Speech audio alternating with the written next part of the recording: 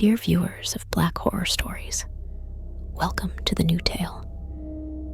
This story is a personal account by Shantal, dealing with an in-law family that is not what it seems. Enjoy. My name is Shantal, and in the winter of 2022, I got married to my husband.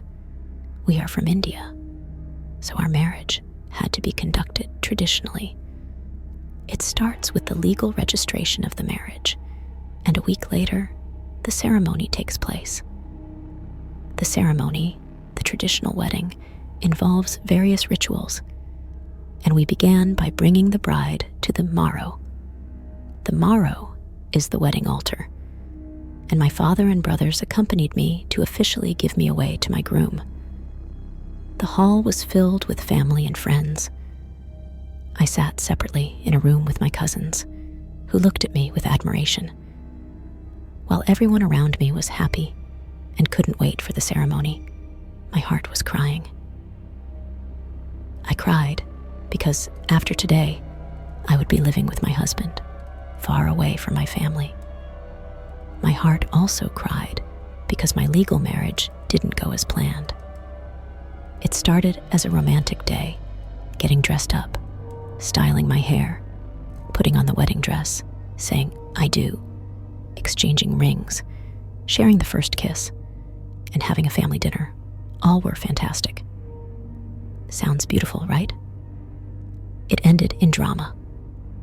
After our legal marriage, we came home, still at my parental home, after a fantastic evening, when suddenly the phone rang.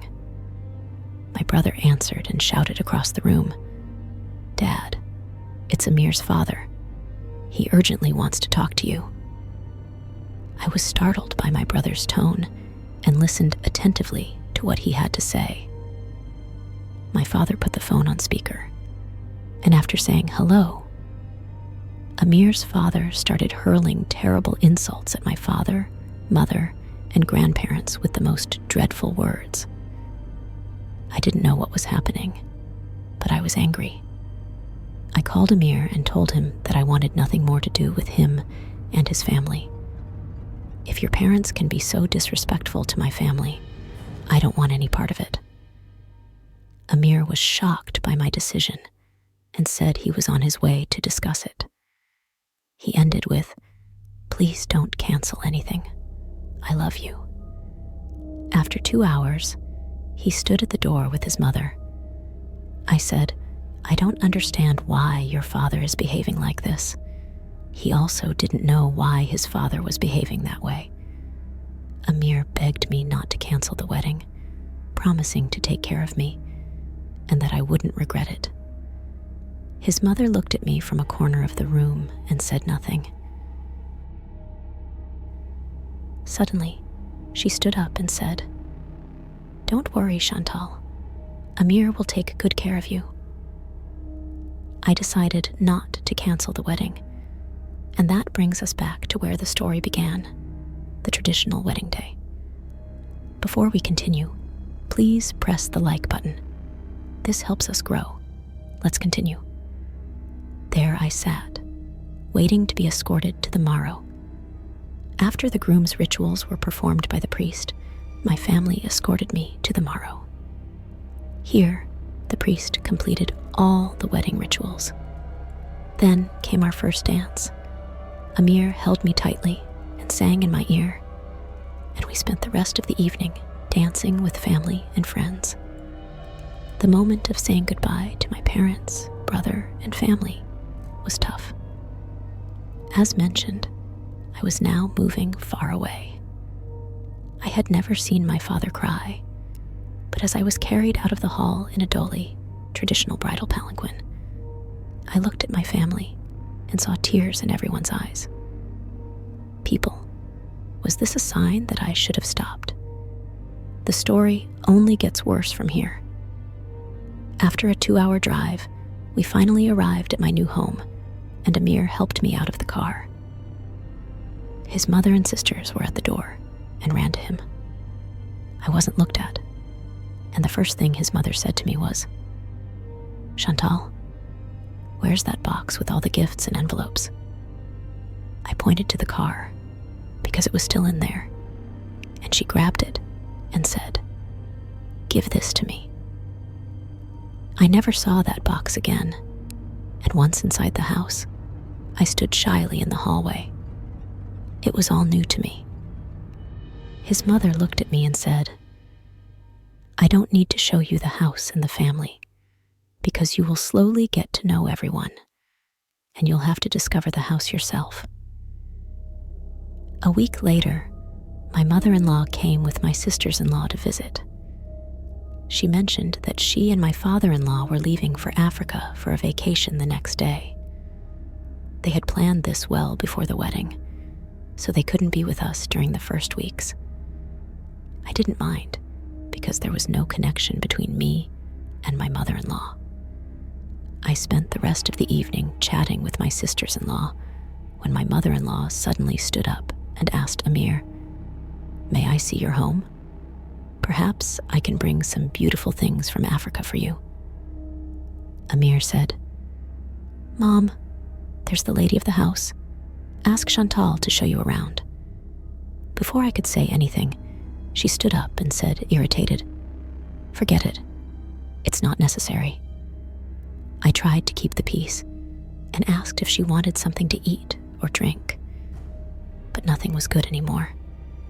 She stood up and told her daughters that there had been enough talking and it was time to leave.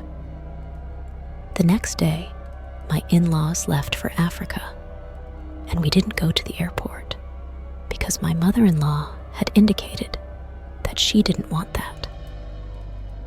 I found this strange because we hadn't parted on good terms the day before. Amir told me that he had called his sisters that evening because they were also involved in his business, and he wanted to discuss some matters with them. Amir was a real estate agent and owned several large properties. Business was going well, and I had meanwhile quit my job because Amir would support me in my dream of setting up a daycare center. He told his sister on the phone about our plan to open a daycare, and his mother overheard something. She started cursing in the background and was extremely angry. However, she decided to go to bed because she would leave for Africa the next day. Days passed, and I was busy preparing for our honeymoon. The suitcases were packed, and the house was tidy. I left the spare keys with my sister-in-law so she could water the plants. One more night to sleep, and then we would fly to our holiday destination, Bali. I was already in bed, and Amir was still in the office in his business property. He wanted to finish the last things so he could go on vacation with a clear conscience. Due to fatigue, I fell asleep, and after some time, I woke up suddenly. I was completely sweaty. My face and body were soaked while it was cold in the room. I found it strange because, before going to bed, the house was comfortably warm. I thought I might be getting sick and hoped that this wasn't the case. Who wants to get sick 24 hours before their honeymoon? No one. I went downstairs to make a cup of tea with honey and lemon. When I looked at the clock, it was already 1 o'clock in the morning, and I wondered where Amir was. I grabbed my phone, and while I was looking for his number, I heard noises coming from the bedroom. It sounded like someone was dragging a bag. I put away my phone and courageously went to the hallway to listen better. When I arrived in the hallway, I heard nothing more. It was strange because the sound came from the bedroom. I told myself it must have been outside because I was alone at home, so no one could be dragging something in the bedroom. A few seconds later, I heard the door, and I saw my husband, Amir, coming in.